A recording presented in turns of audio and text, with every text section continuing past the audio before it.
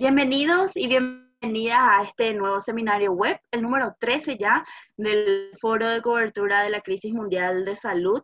Me llamo Desiree Esquivel, gerente de esta comunidad, y voy a acompañarles en este espacio para seguir generando nuevos recursos y más herramientas para nuestras coberturas en plena pandemia. Como saben, estas actividades son iniciativas del Centro Internacional para Periodistas y la Red Internacional de Periodistas. Además de esta conexión vía Zoom, a quienes ya les estoy dando la bienvenida, a quienes se van sumando, también estamos transmitiendo en vivo por Facebook Live en el grupo privado del foro. Así es que envío un saludo también a quienes siguen la actividad desde ese espacio. Aún pueden sumarse al grupo. Allí mi compañera Dariela Sosa les compartirá el link en el chat. Les invito también a dejarnos sus preguntas durante el evento para que leamos y compartamos más adelante. También pueden decirnos desde dónde nos están acompañando para ir leyéndoles. Si prefieren recibir nuestras novedades una vez a la semana, los días jueves de preferencia, pueden suscribirse a nuestro boletín en el link que también van a ver en el chat. Bueno, muchísimas gracias por conectarse y ya damos la bienvenida a Lucila Berniel. Ella es economista principal de la Dirección de Investigaciones Socioeconómicas de la CAF, digo bien, Banco de Desarrollo de América Latina. También está con nosotros Jorge Roy, actual miembro del Consejo de Administración de la Organización Internacional del Trabajo por el Sector Empleador. También está con nosotros Ginette González, ella es periodista especializada en economía, y Manuel Mera, investigador asociado de CIPEC de Argentina.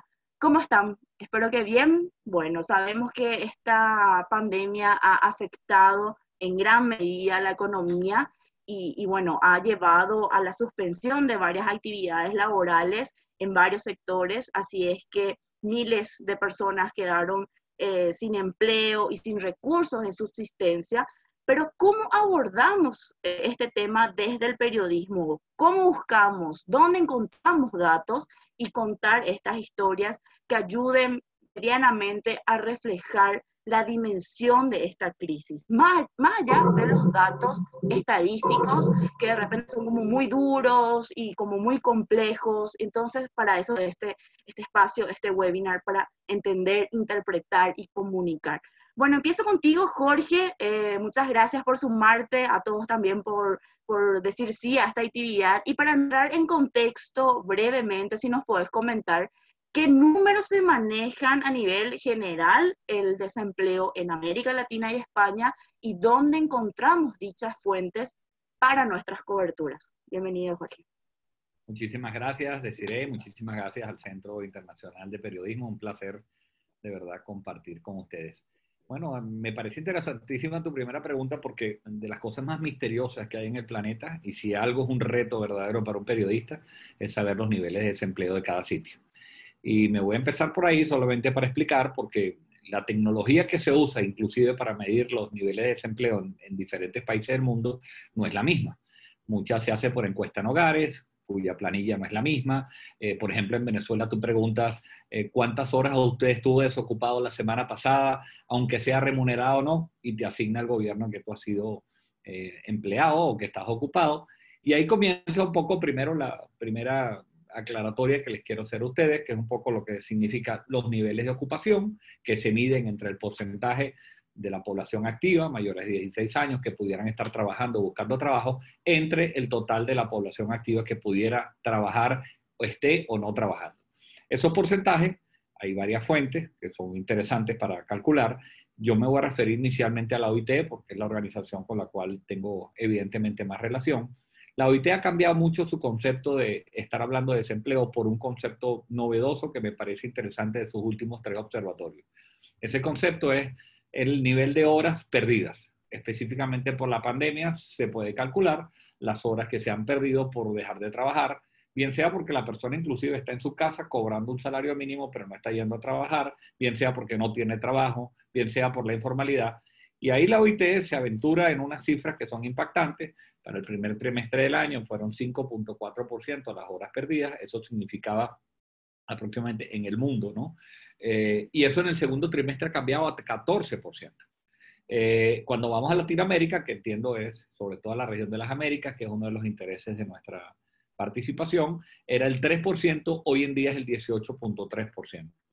Bueno, ¿qué significa esto? ¿Cómo se come esto? Cuando tú estás hablando de un 14% de horas perdidas en el mundo, estás hablando de 400 millones de empleos. Y esos 400 millones de empleos no es que significa que desaparecieron, que ya no se van a sustituir.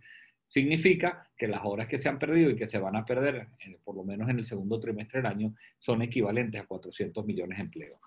Las cifras para final de año no son mucho más atractivas, pudiera mejorar un poco, pero estamos hablando siempre de llegar a un 11.4% para tener 340 millones de horas desocupadas. Y yo creo que la primera fuente que ustedes deben consultar, ya respondiendo a las preguntas iniciales de ustedes, evidentemente son la OIT. La OIT maneja cifras muy completas, no solamente en estas horas desocupadas, también ha hecho sus cálculos con el desempleo, estima que para América va a haber un 70 millones de desempleo solo producto de la pandemia, y para la América Latina específicamente 47 millones de puestos de empleo en diferentes sectores. Y después vamos a otras fuentes que son igualmente válidas. Ya no le voy a quitar a Lucila la oportunidad de que la CAF también hace unos trabajos muy importantes en esta materia. Me voy a referir quizás un poco a lo que es la CEPAL, que se mete mucho con el tema de cuántas empresas van a desaparecer. Está hablando de que van a desaparecer alrededor de 2.7 millones de empresas, de las cuales 2.6 son microempresas, que tienen mucho impacto en el salario. Van a desaparecer 8 millones de empleos solamente en Latinoamérica. Entonces, bueno, yo creo que el CEPAL es una fuente bien interesante, sobre todo para estos aspectos económicos y ver cómo se mueven los niveles de pobreza donde ellos están muy cercanos también en este tema. Por último, pero no menos importante, está el Banco Mundial. El Banco Mundial sí calcula los niveles de desempleo por país.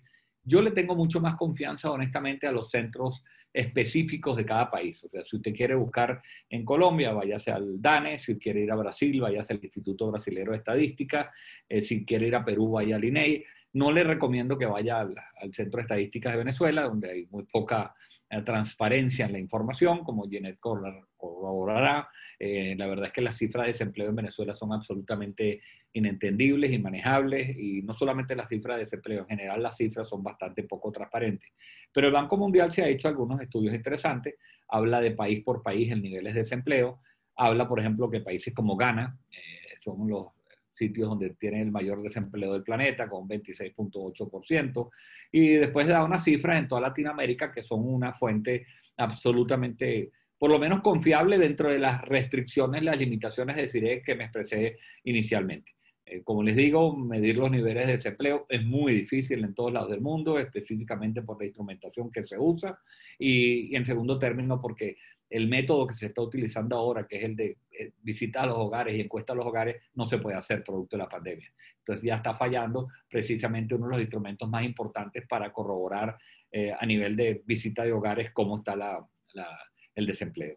Bueno, lo dejo hasta aquí en esta primera parte para después seguir aportando. Gracias, gracias, Jorge. Gracias, gracias.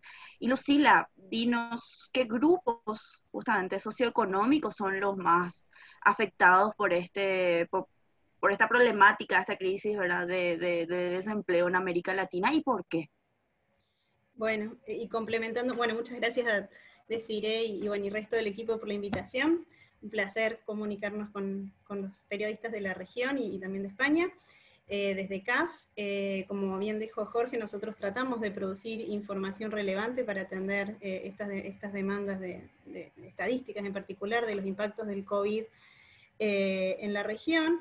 Y respecto a tu pregunta sobre los grupos, Jorge nos estuvo dando cifras agregadas para toda la población, pero ciertamente el impacto del COVID es bien diferente por grupos socioeconómicos y también por grupos demográficos.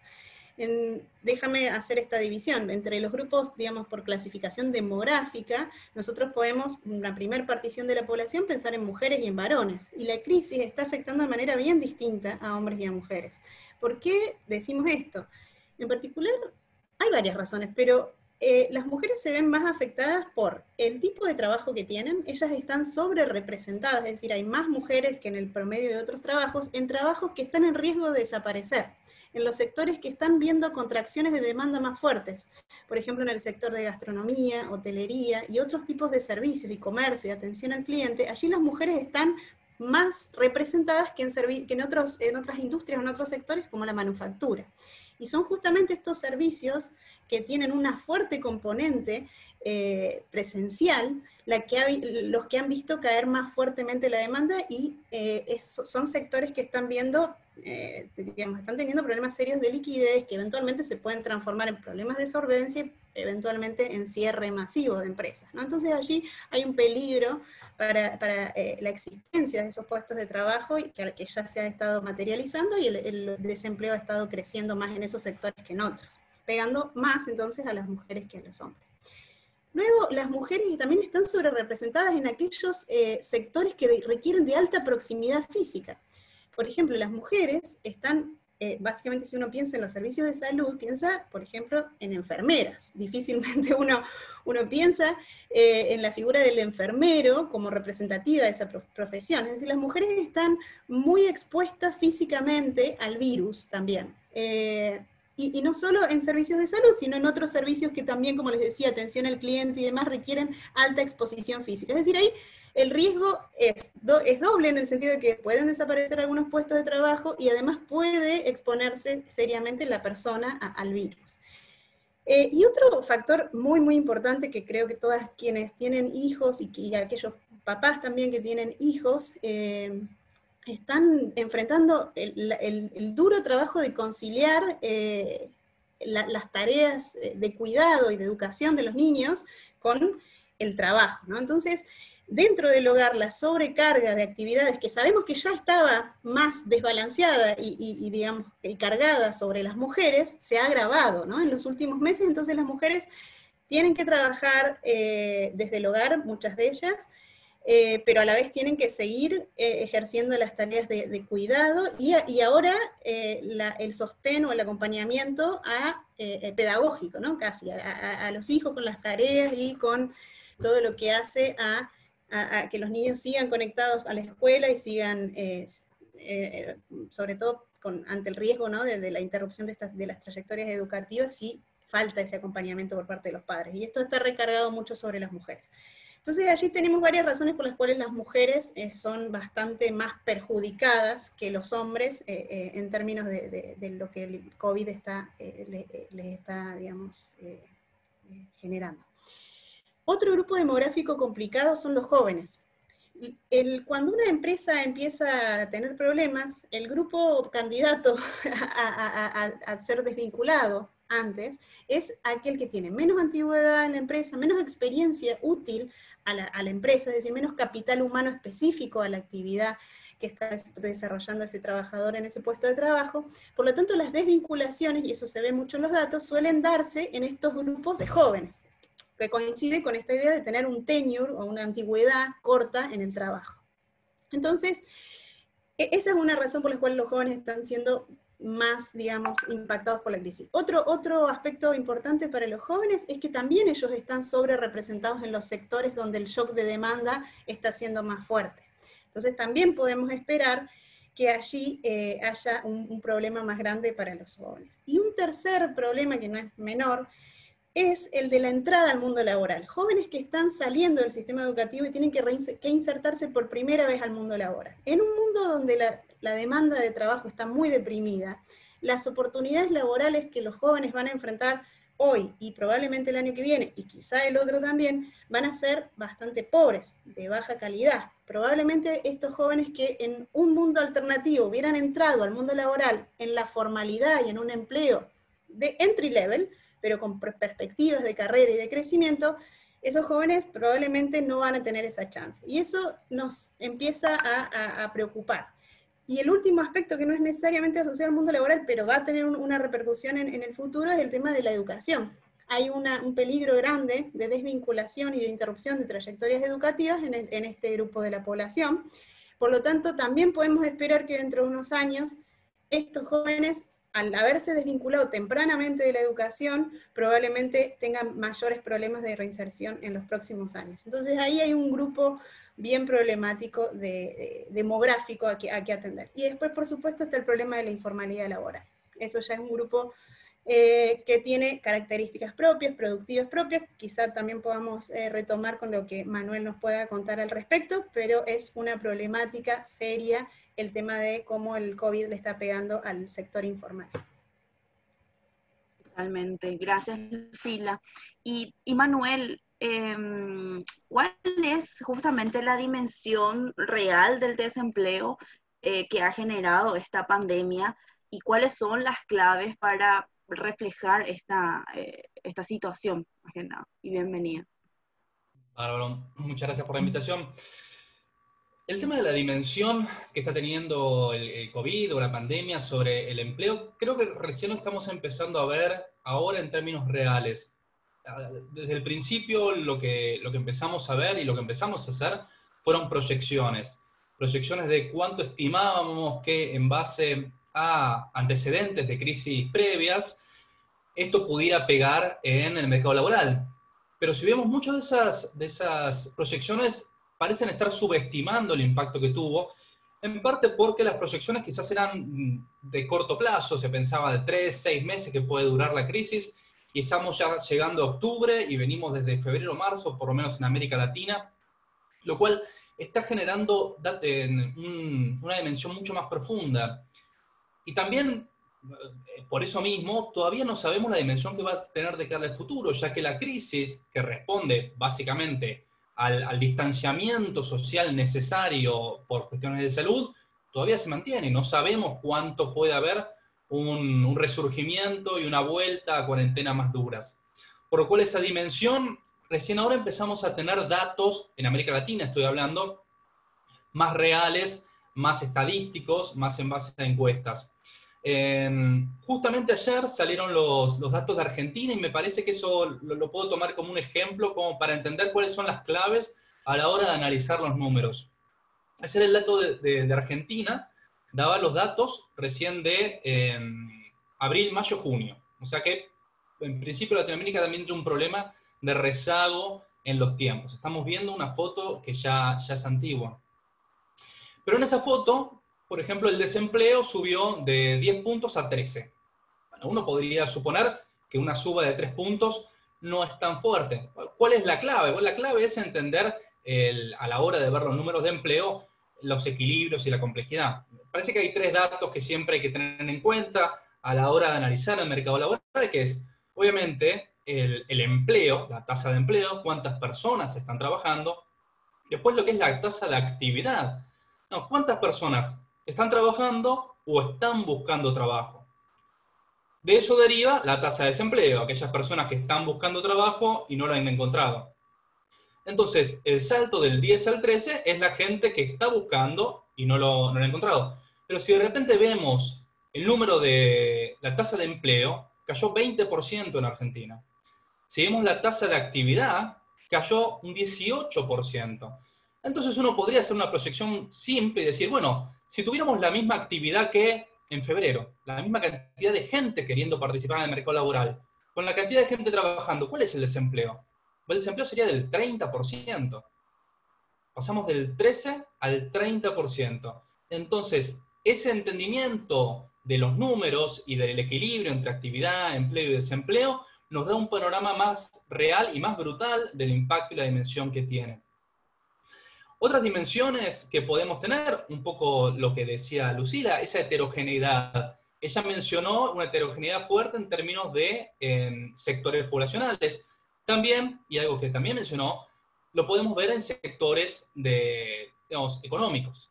Tanto puede ser en ramas de actividad, no es lo mismo el impacto que está teniendo en lo que es hoteles y restaurantes, en lo que es construcción, que es lo que puede tener en enseñanza. Y estos son impactos en la actualidad y también pensando a largo plazo. Y por otro, también el tipo de inserción laboral. No es lo mismo el impacto sobre los formales que sobre los informales. En Argentina, los asalariados informales cayeron un 45% de empleo. 45%. Mientras lo que los formales bajó, si no recuerdo mal, un 3 puntos. O sea, porque le aplican muchas más protecciones que tiene la ley. Entonces esta heterogeneidad es clave. Y por último, para terminar mencionando más cosas de lo que es la dimensión, es de cara hacia el futuro. Es, por un lado, cuánto va a continuar la problemática que es la que motoriza la crisis económica y laboral, que es esta dinámica de distanciamiento social, que puede volver o ser cíclica, pero también cuál es el nivel de destrucción de empleo real. Digo, en estos números de desempleo que vemos está el feriante, que en este momento no puede ir a la feria. Está el actor, que no puede, o el trabajador del ámbito cultural, que en este momento no puede ir a actuar, no puede ir a hacer ese tipo de trabajo. Bueno, cuando empiezan a levantarse esas restricciones, ¿cuántos de esos puestos siguen vigentes y cuáles se han destruido? La trabajadora de casa particular, que en este momento, la trabajadora doméstica, que en este momento no está yendo a trabajar porque la familia y porque la legislación no permite que vuelva a ingresar al domicilio, bueno, ¿cuántas de ellas van a poder reactivarse una vez que se levanten estas restricciones? Entonces, el ojo tiene que estar puesto en estas variables que menciono y también en el futuro, en cuando empecemos a transitar la salida de la pandemia, no, ¿qué tan arrasada quedó la Tierra? Así es. Gracias, Manuel, por este panorama. Y hasta el momento estamos entendiendo desde dónde buscar datos, datos generales, bien divididos los sectores, ¿verdad? Cuáles son justamente esos grupos más afectados y pensar un poco qué pasará más adelante. Y con todo esto, Ginette, ¿cómo podemos interpretar las estadísticas, todas estas estadísticas que hasta el momento no nos compartieron los expertos, que nos hablan de desempleo en un lenguaje un poco más cercano para la gente? La vez pasada estábamos hablando y es como pasar un poco al cristiano, ¿verdad? Todos estos números, todas estas estadísticas, todos estos datos duros para la gente, para nuestros lectores principalmente. Así es, ese es el reto de nosotros los comunicadores. Tenemos que tratar de entender, formarnos bien para comprender esas estadísticas que nos han dicho todos ahorita, Lucila, Roy, Manuel Mera, que de verdad tienen ya información que ya estaba anotando para hacer futuros trabajos, comprenderlo a nivel macro, al nivel que ellos explican, pero también saber explicárselo a nuestra audiencia. Por lo tanto, tenemos que saber cuál es nuestra audiencia. Si nuestra audiencia es una audiencia especializada, bueno, hay ciertas cosas que nos podemos permitir.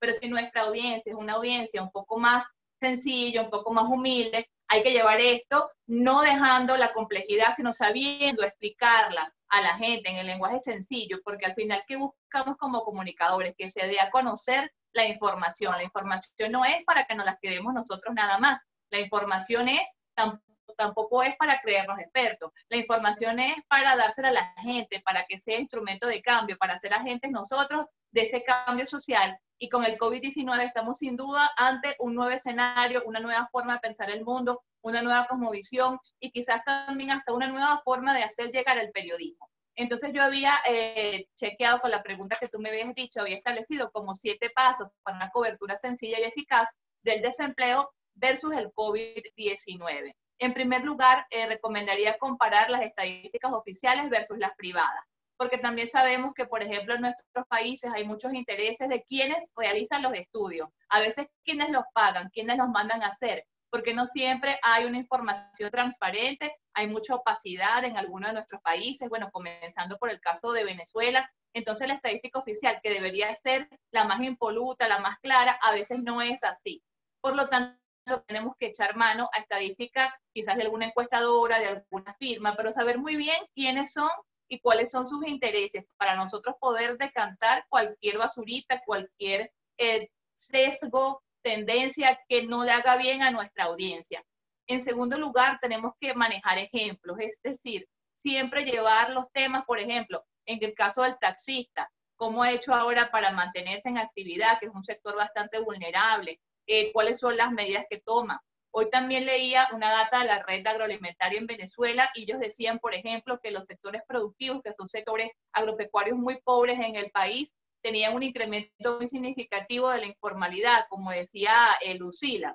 Entonces, por ejemplo, ellos decían que en el mes pasado solamente se incrementó la informalidad en un 31% en esos sectores. Es decir, bueno, ¿cómo yo le explico a la gente quiénes son los que se han movido de un trabajo formal a un trabajo informal? Porque como dices, a lo mejor esa señora que decía Lucila, que es camarera en un hotel, no ha podido ir 100% a su trabajo y ha tenido que hacer una torta, dedicarse a la costura, vender algo en la calle, que suele pasar mucho en nuestros países de Latinoamérica, ¿no? Entonces, esa gente que se ha desplazado hacia la informalidad son personas, son seres vivos, tienen historias, tienen sentimientos, y esta es una manera de expresarlo a través de ejemplos que generen en el lector esa empatía que nosotros necesitamos. En tercer lugar, también es conversar con los diferentes sectores de la economía. Como señalaron también ustedes, no todos los sectores lo ven igual. Hay un impacto en la manufactura, otro en el comercio, en los servicios en general. Entonces, conversando con los diferentes representantes de los sectores que hay en su país, usted también puede hacer como un puente mejor entre ese vocero y su audiencia. También es importante recordar, como decía anteriormente, cuál es su audiencia, ¿no? Aquí lo repito. Es decir, si usted trabaja en un periódico comunitario, en un periódico popular, si usted trabaja para un grupo especializado, bueno, allí también hay que variar, no solamente en la forma que usted escribe, sino en la forma que usted le llega. Entonces, conozcamos muy bien a quién nos dirigimos, cuál es nuestro público objetivo, como pasa también en otros procedimientos del periodismo. Sin duda es importante utilizar un lenguaje sencillo. Esto no quiere decir que sea chabacano, ordinario, que no se entienda, que sea un lenguaje inaccesible. Es importante hablar como habla la gente. Si bien es cierto que cuando uno escribe, uno no puede escribir como habla, como editora de texto uno lo hace mucho, corrige mucho esto, pero si usted, por ejemplo, se dedica a ser un comunicador audiovisual, comunitario, tiene que hablar con la gente, recomendamos seguir esta técnica de utilizar las palabras más sencillas. Si va a escribir, no adorne mucho la escritura, es decir, utilice el artículo, el sujeto, el verbo, un predicado y máximo un complemento directo. No se extienda poniendo coma tras coma, subordinada tras subordinada a la hora de escribir, porque esto lo va a complicar todo mucho más. También es importante que usted interactúe con la audiencia. Estamos en una época de predominancia de las redes sociales, pero no se trata de poner un mensaje o poner un dato, un artículo, sino que es muy importante la interacción para fijar esos conceptos, para también que nuestro mensaje, nuestro trabajo llegue. Eso depende de ti, o sea, requiere de ti un tiempo que tienes que dedicar para una atención especial a las redes, y allí también está el tema de que si te entendiste mal, te puedes equivocar, porque un periodista al final puede equivocarse, la idea es corregir a tiempo. Ninguno somos amos de la verdad y hay que ser flexible en este sentido, y también cuando usted corrige a tiempo, estamos ante una situación muy novedosa, la gente más bien dice, oye, él es como yo, es responsable, se puede equivocar, ¿no? Porque lo que pasa también en nuestros países últimamente es que nadie corrige, nadie acepta que se equivocó como periodista, entonces esto al final nos resta, no nos está sumando nada. Igualmente, tenemos la información, como decía Jorge también, consultar data y estudios de organismos internacionales. Está el Banco Interamericano de Desarrollo, que tiene una data bastante interesante, bastante aplicada a la realidad, bastante moderna. La Corporación Andina de Fomento, la CEPAL, el Banco Mundial, el Fondo Monetario Internacional, la OIT, que por supuesto es el organismo madre, por decirlo así, de todas las relaciones del trabajo. Lo cierto es que estamos viendo un cambio en las relaciones laborales. Ya en Venezuela, por ejemplo, ya se estaba viviendo, pero ahora estamos viendo que se ha acelerado el teletrabajo, se ha acelerado algunas realidades digitales, y los periodistas, bueno, quizás con las redes nos pudimos ir un poquito más adelante, estamos un pasito más adelante, pero tenemos que jalar a toda nuestra audiencia, siempre tratando de ser cercanos, siempre tratando de cumplir una función pedagógica. En este momento es un aporte de nosotros para la colectividad. Gracias, Ginette, por estos consejos puntuales. Allí varias personas de Venezuela justamente se están conectando, también veo desde Ecuador, muchas gracias.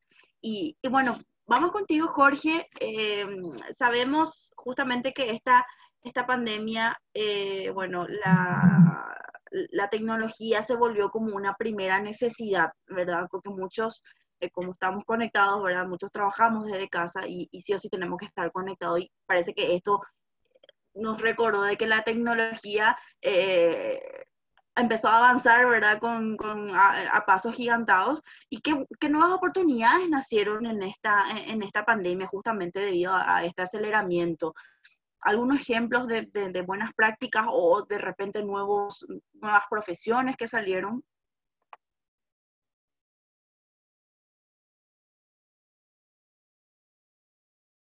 Ahora sí. Muchas gracias, Desiree. La verdad es que lo obvio parece ser un poco el tema del impacto tecnológico. Y me voy a referir a él específicamente, pero quiero que no se queden por fuera otros factores que van a estar influenciando el futuro del trabajo. El futuro es una realidad, como realidad objetiva no existe. El futuro va a ser lo que hagamos hoy en día. Y hay tres fuerzas, a mi juicio, no solamente la tecnología, que van a influenciar lo que va a ser el futuro del trabajo, no solamente los aspectos demográficos, que ya de alguna manera Lucila estuvo explicando, pero no solamente con el tema de impacto en la igualdad de género, sino que estamos envejeciendo más lentamente. Personas de 65 años hoy están perfectamente trabajando en sus casas o en sus oficinas cuando antes ya estaban retirados. Bueno, hay unos aspectos muy importantes ahí que además tienen una implicación muy interesante en el tema de seguridad social. Y por último, hay otra fuerza que es la demanda. O sea, el mundo va a seguir consumiendo cosas probablemente diferentes a las que consumía, y si tú no estás específicamente orientándote a esos puestos de trabajo, vas a quedar desempleado. Y lo que tú decías es muy interesante, porque la tecnología va a destruir algunos puestos de empleo, pero va a generar otros. Y la verdad es que yo soy un ingenuo optimista en que siempre, cuando salió la revolución industrial, digo, esto se acabó, aquí se perdió todo el mundo desempleado, y no es así. Algo ocurre con la tecnología que se va incorporando poco a poco y tú vas encontrando nuevas posibilidades de trabajo. Es evidente que, oye, que puestos de trabajo que son repetitivos, que son rutinarios, van a ir poco a poco siendo sustituidos por máquinas pensantes, por inteligencia artificial, pero al mismo tiempo se crean nuevas profesiones que ni sabemos cuáles son. Si yo les hubiera dicho a ustedes que un operador de drones hoy gana $10,000 mensuales, se lo hubiera contado hace 10 años, todos ustedes me hubieran preguntado qué es un dron, porque no existía el dron. La mitad de las profesiones que van a existir dentro de 10 años todavía ni se conocen. Entonces, esto es un reto apasionante, que donde yo digo que va a ser preferible estar dispuesto a estar preparado. Como no se sabe un poco, y los pensum de las universidades tampoco se están adecuando a la velocidad que los tiempos tecnológicos están haciendo, estamos graduando todavía desempleados. Aquí en Venezuela graduamos 8,000 y 9,000 abogados que van a tener problemas en encontrar puestos de trabajo mañana, contadores públicos que ya se empiezan a sustituir, mientras que las nuevas profesiones, como son ingeniería genética, biotecnología, operadores de máquinas, inteligencia artificial, blockchain, todo este tipo de conferencias a distancia. Bueno, esos son los puestos de empleo que evidentemente el mundo está en este momento dispuesto a pagar. El mundo está dispuesto a pagar, deciré, conocimiento, no está dispuesto a pagar sudor. Y el tema de los países como Venezuela, en los países nuestros de Latinoamérica, podríamos hacer unos cambios interesantes para, en vez de ser unos básicos exportadores de materias primas o de productos que hasta la hora nos han dado resultados, empecemos a pensar mucho más en un aspecto de conocimiento y la tecnología que va a ser vital para los futuros. Termino con un mensaje optimista, porque no siento que la tecnología cada vez la brecha es mayor. Eso no es verdad. Y no es verdad porque, si bien es cierto, hemos perdido y tenemos un rezago tecnológico grandísimo en Latinoamérica, lo que no es verdad es que eso es irrecuperable. Esto es un juego como el del leapfrog, que tú te apoyas en el de adelante para saltar y caes delante del de adelante. Bueno, tú no tienes que hacer chips de computadoras para hacer computadoras. Tú ya, la tecnología que existe, estás igual que todo el mundo para ver con esa tecnología qué cosas nuevas podrías hacer. Y eso es una ventaja formidable que en cualquier momento podemos alcanzar cuando cambian algunas situaciones de universidades y formación técnica en nuestro país. Totalmente. Y Lucila, ¿cuáles son las lecciones que se pueden sacar en términos de políticas sociales y económicas, principalmente tras la experiencia de esta pandemia? Y ¿cuáles son esas áreas en donde se deberán enfocar mejor las acciones gubernamentales y de desarrollo y destinar recursos de manera prioritaria? Es una buena pregunta.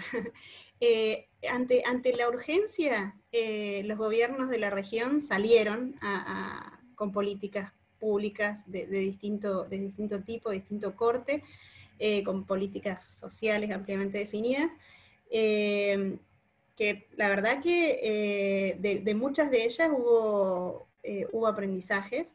En muchas otras, lamentablemente, la acción no fue suficiente, y ahora, bueno, les puedo contar un poquito por qué fue eso.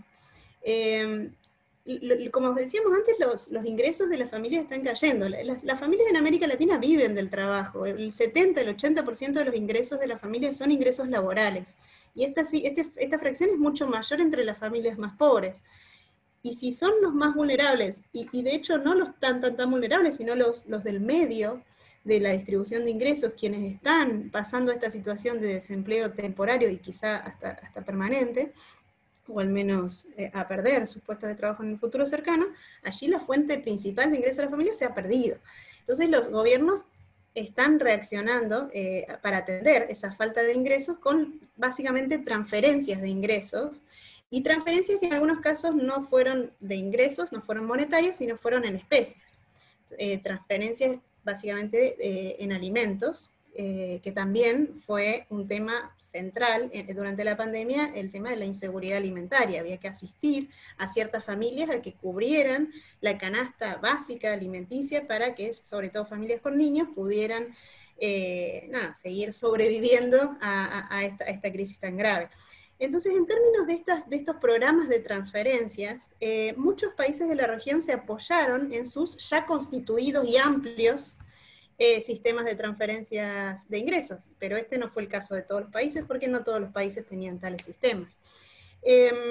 Y ahí tenemos que volver a hablar un poquito de la informalidad y la formalidad. Nosotros sabemos que de todos los trabajadores de la región, solo la mitad, aproximadamente el 50%, está dentro de lo que llamamos el sector formal, es decir, que tiene acceso a la protección social contributiva. ¿Y esto qué quiere decir?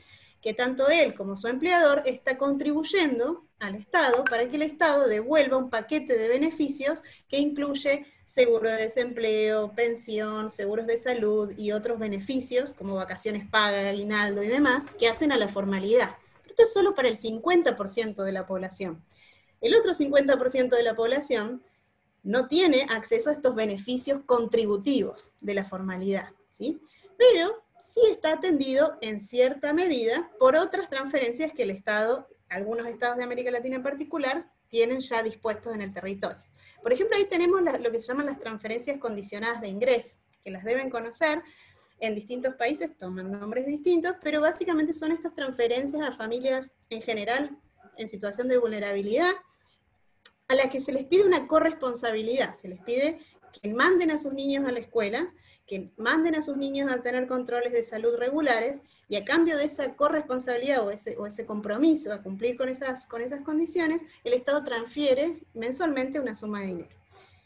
Entonces, en algunos países estos sistemas de transferencia condicionada de ingresos eran muy extensos. En el caso de Argentina, por ejemplo, prácticamente universal.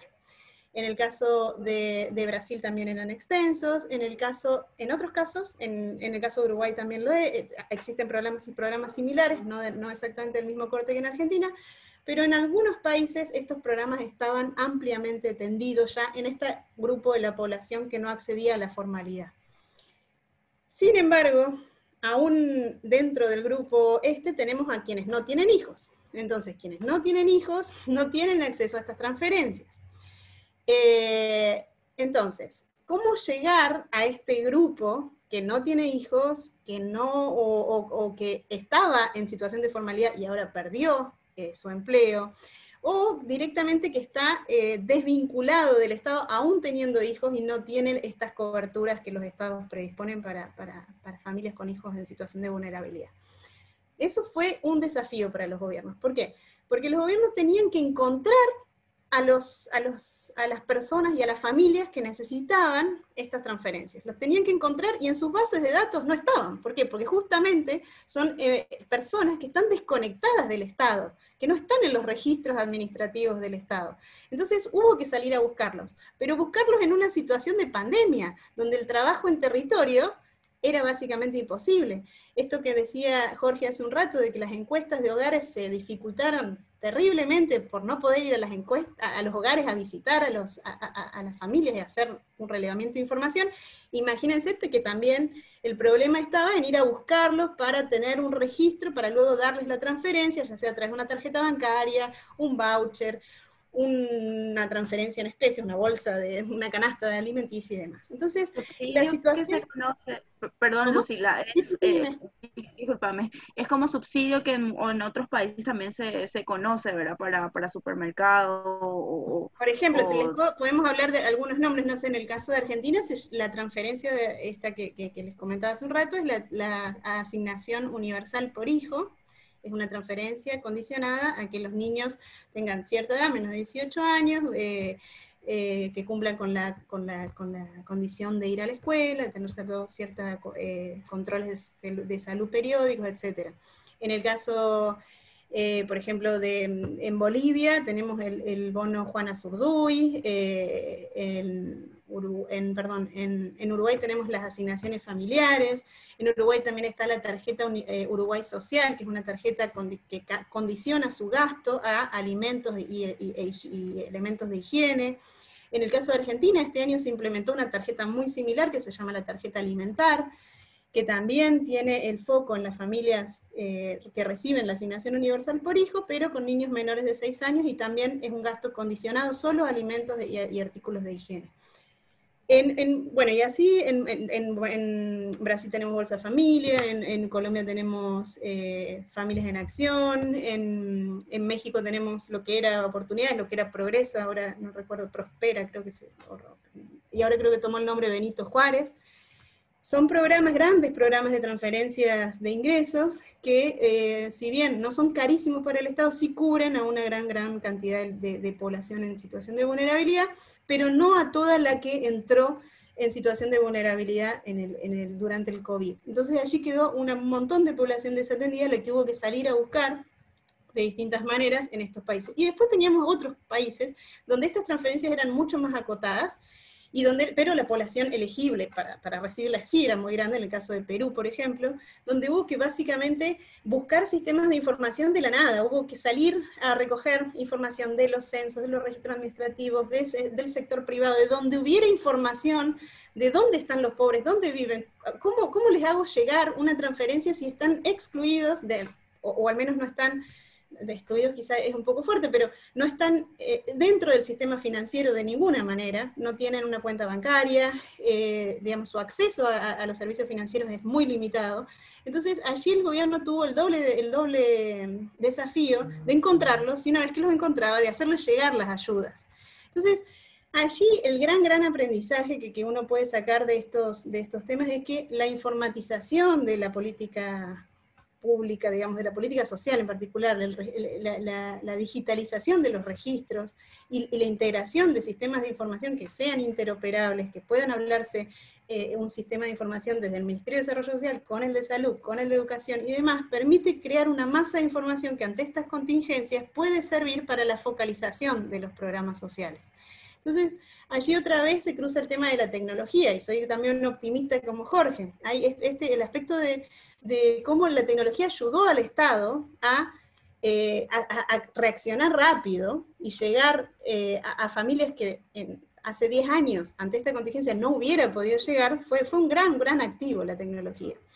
Pero esto también nos habla de que hacia adelante los Estados van a tener que consolidar esos sistemas de información y consolidar el diseño de estas ayudas para tener estrategias de salida, porque si esto es una coyuntura, y se actuó aumentando el gasto social de una manera importante en muchos países, también habrá que pensar en cómo deshacer una estructura de ayuda digamos, a los trabajadores, de manera tal de que no se desincentive ni la participación laboral, ni el incentivo a convertirse en un trabajador formal, es decir, ese incentivo de este paquete de beneficios contributivos del que hablábamos hace un ratito. Entonces allí también está el desafío de cómo, cómo mejorar estos sistemas de información que se tendieron rápidamente para la ayuda, y cómo rediseñarlos, o cómo tener estrategias de salida o de reconversión de estas políticas de asistencia social para que no contradigan otros objetivos de la política pública, como son la participación laboral y el incentivo a la formalidad.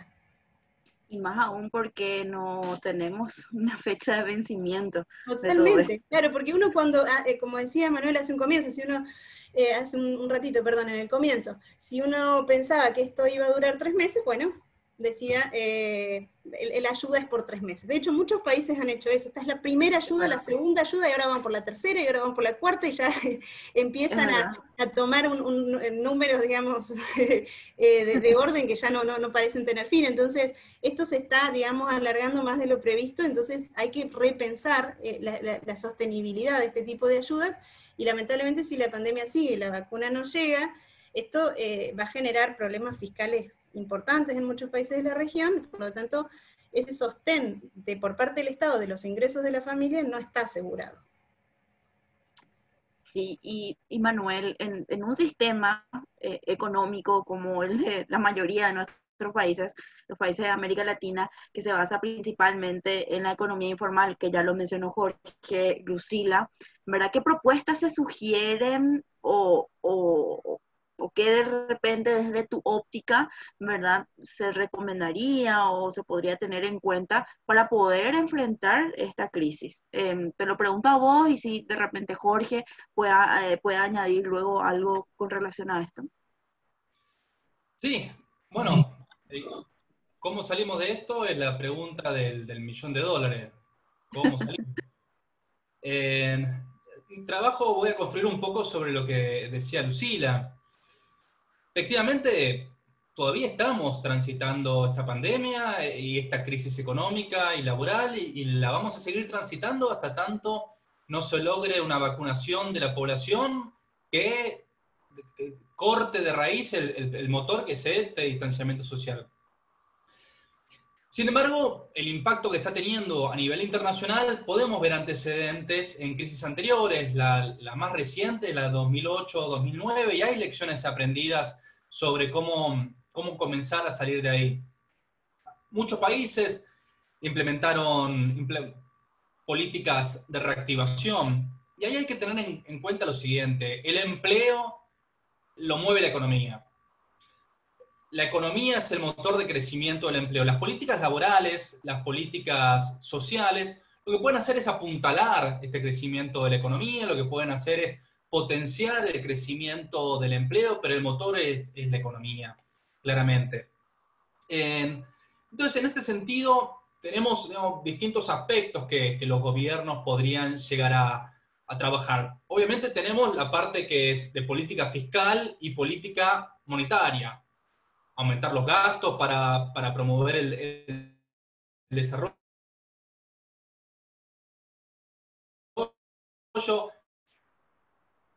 bajar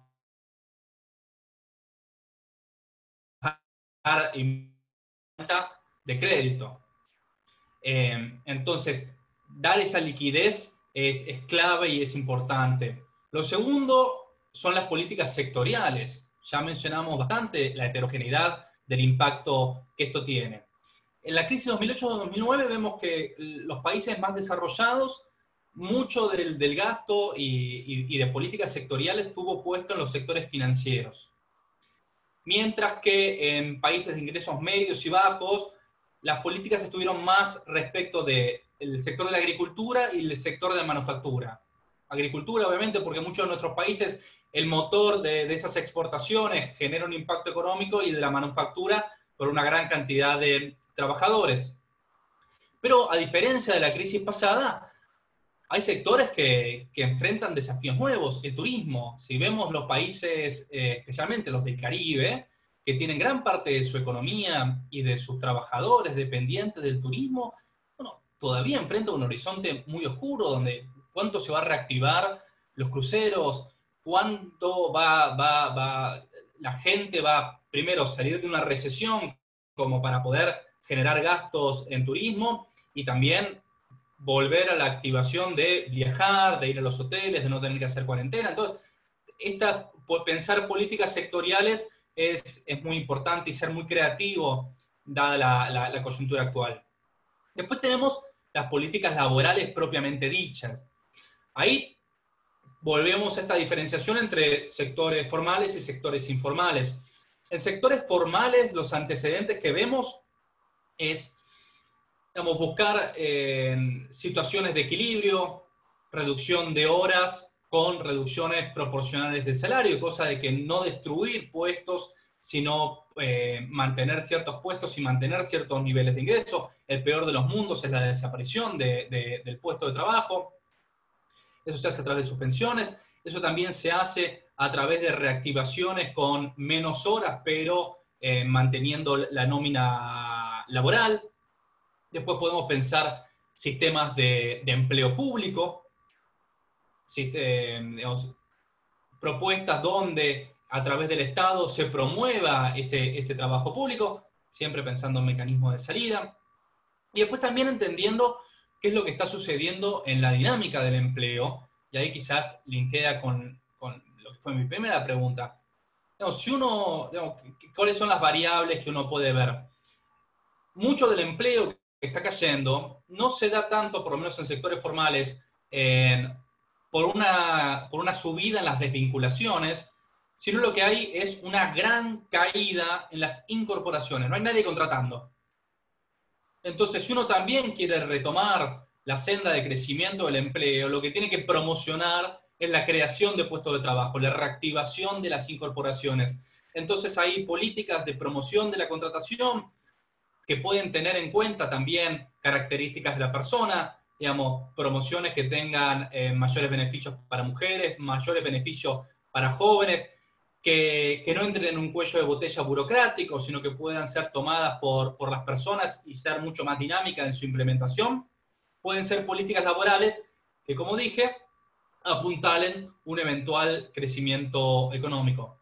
Y por último, la línea de políticas sociales, que es un poco lo que más mencionó Lucila, y esta idea de la crisis no terminó, hay que seguir manteniendo transferencias, beneficios, y ahí podemos pensar en quizás transferencias o transferencias condicionadas para sectores informales y robustecer herramientas más formales como pueden ser los beneficios por desempleo.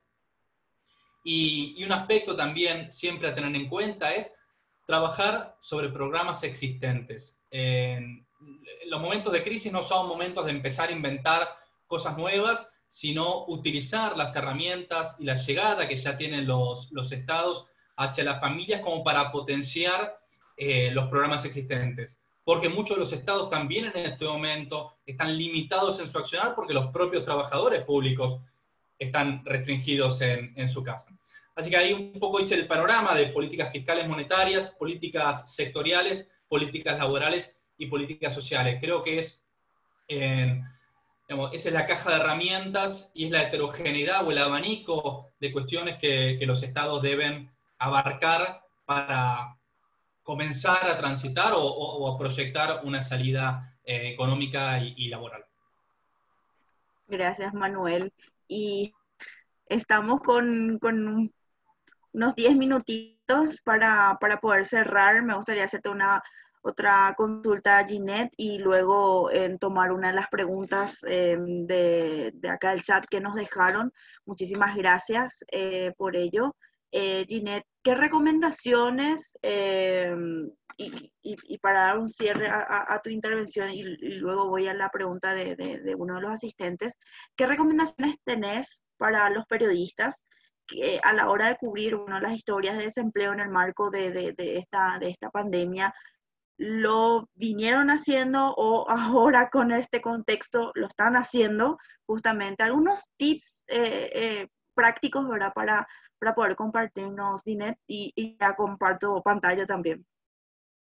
Tenemos unas herramientas y primero el manejo de cifras, es decir, aunque la historia sea muy conmovedora y tenga ese elemento de vida, de sentimiento, de emoción que le llegue a su audiencia, usted no debe descuidar las cifras, es decir, siempre debe aderezar su historia con las cifras, preferiblemente abrir con una cifra contundente, estamos hablando de empleo, de economía, evitar las generalizaciones, muchos, pocos, algunos, cientos de miles, eso no debe ser así, entonces utilice las cifras alternadamente con esos detalles de la historia y del relato, que sin duda ha habido muchísimos, súper conmovedores, interesantísimos, no solamente de fracasos, de pérdidas, sino también de supervivencia, de éxito durante esta pandemia del COVID-19. Hay gente que se ha logrado reinventar, ha encontrado otros caminos, ha estudiado, ha aprendido, le ha dado la vuelta a la tortilla, como decimos aquí en Venezuela.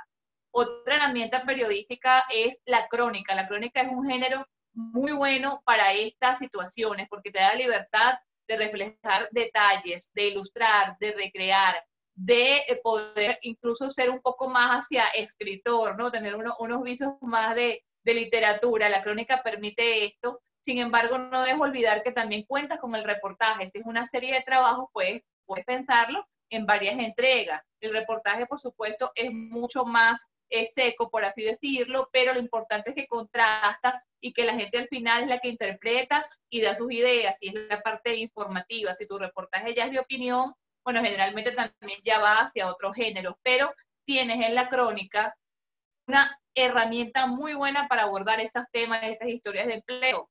También, por ejemplo, recuerdo recientemente que incluso en Colombia había un caso en Medellín donde un perrito de una zona popular era el que llevaba de casa en casa, o sea, desde el negocio, el establecimiento, el supermercado, hacia la casa de los vecinos, llevaba la comida, llevaba el encargo, lo llevaba en su cuello. Y una periodista contó la historia de este perrito y de verdad fue total suceso en Medellín y que trascendió a otros países. Es decir, allí tú ves cómo también estas personas continuaron a seguir trabajando, continuaron a seguir laborando y utilizaron a un perrito que conocía a todos los vecinos de la zona. Esto está en RCN, justamente en Colombia, en Medellín. Otra herramienta puede ser la jerarquización.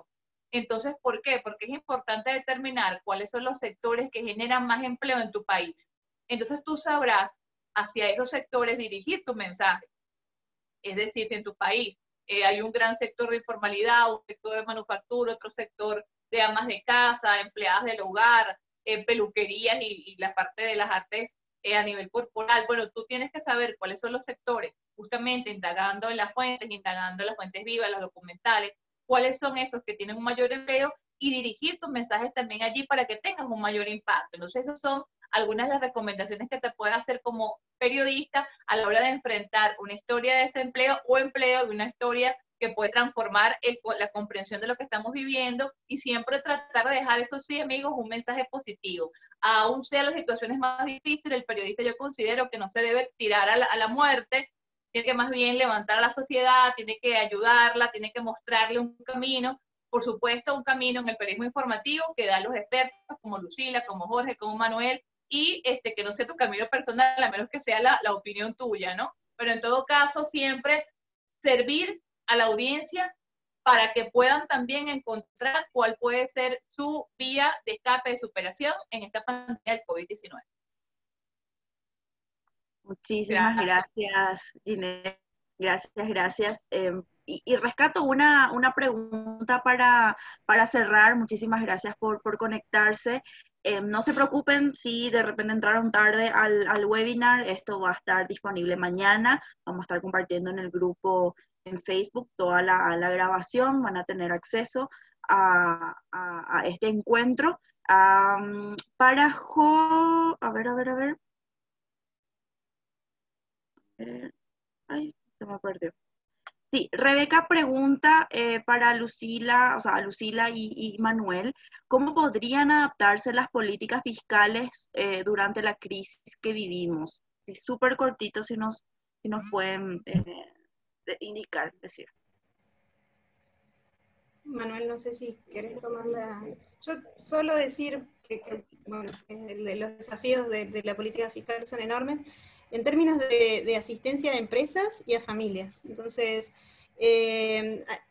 básicamente la adaptación tanto de los instrumentos existentes y quizá, como decía Manuel, apoyarnos en los programas y las políticas que ya existen, expandirlas en su generosidad de manera temporaria, pero que nos deje, digamos, abierta esa puerta de salida y de vuelta a la normalidad para cuando esto eventualmente se normalice, es digamos, la vía o la forma en la que debería tomarse o reformarse las políticas fiscales en particular. Por ejemplo, uno puede pensar en diferir impuestos para que las empresas puedan sostener su actividad mientras su crisis de liquidez. Se puede pensar obviamente en transferencias, en subsidios de distinto tipo, hasta en algunos países, como el caso de Argentina, se ha subsidiado o se está complementando el precio, digamos, a los servicios básicos en los hogares, a través de insumos fiscales, digamos, de gasto fiscal, gasto público.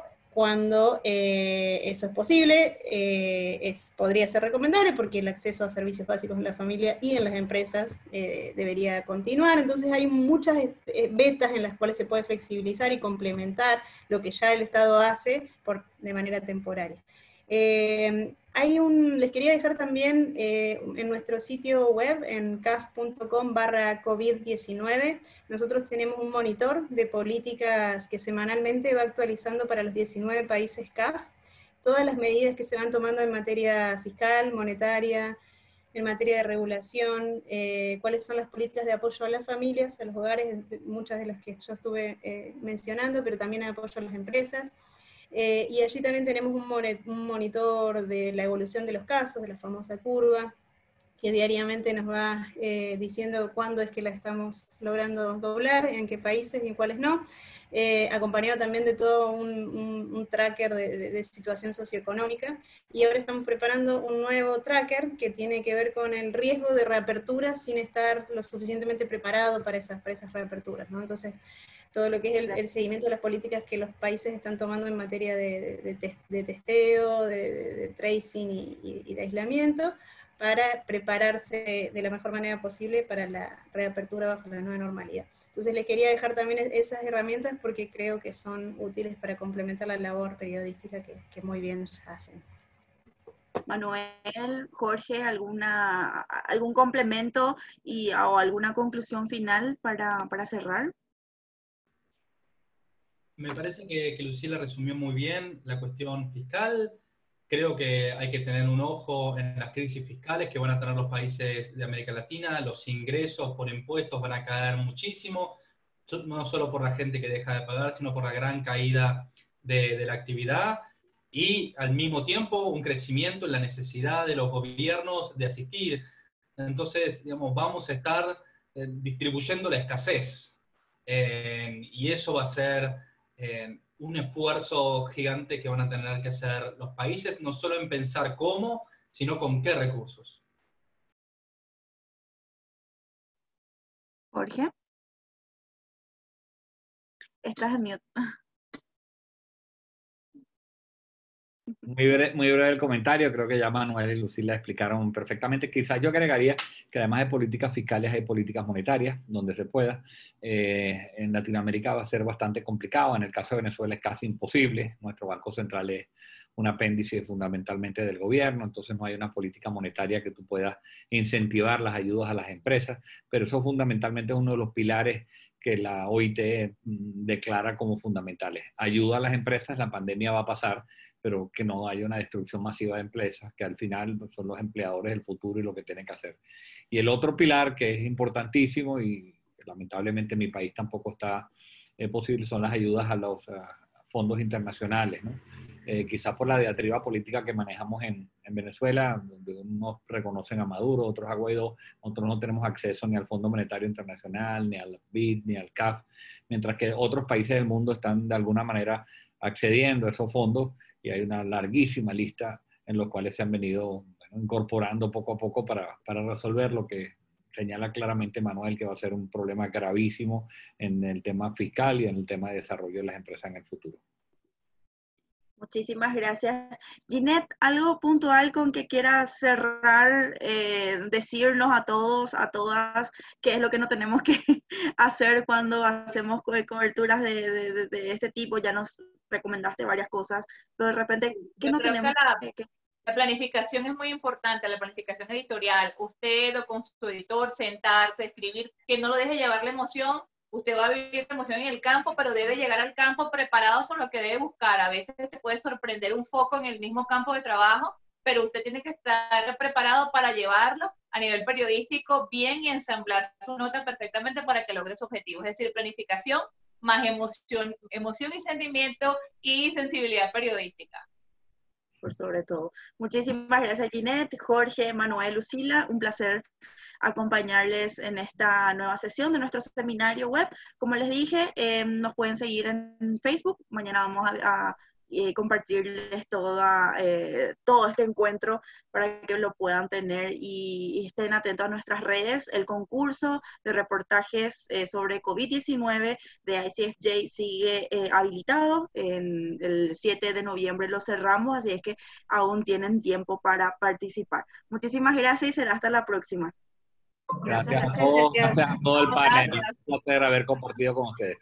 Un placer también. Muchas gracias a todos. Gracias. Chao, Daniela, chao, muchachos, chao, Lucila, te vamos a llamar. Vete de fiesta, Ginette, vete de fiesta hoy, Ginette, no te quedes con esa pinta. Sí,